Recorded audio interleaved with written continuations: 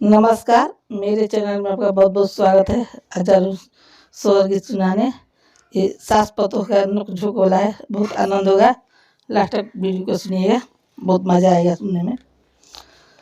बहुआ जे चलली नेहाए तो सासुदी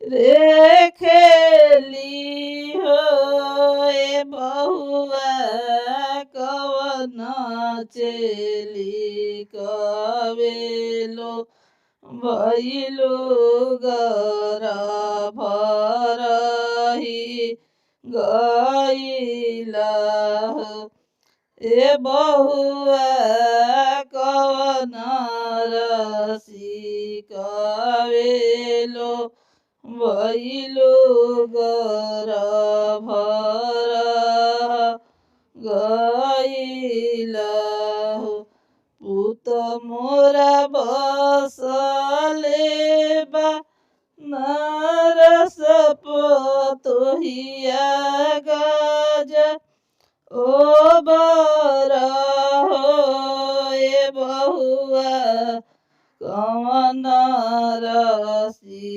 कवेलो भइलो गर भरही गइला हो ए बहुआ कवन रसी कवेलो भइलो गर भरह गइला हो मोरा पिछुआरावा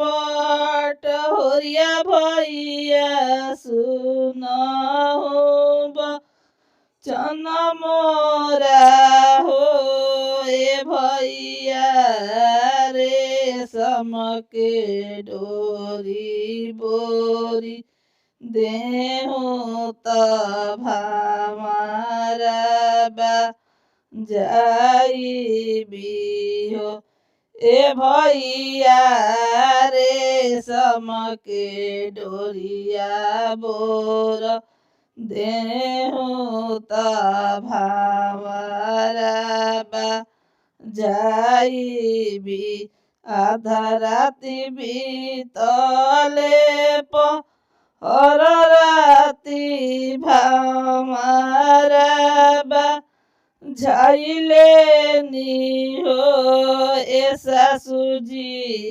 बांधल चुरावा चीनी लेहु कवन राउ बेटा बाड़े हो ए सासुजी बांधल चुरावा चीनी लेहु कवन राउ बेटा बाड़े हो ए सासुजी भमारा बहने प्रभुजी अइले गर भर गइला हो ए सासुजी भमारा बहने प्रभुजी अइले गर भर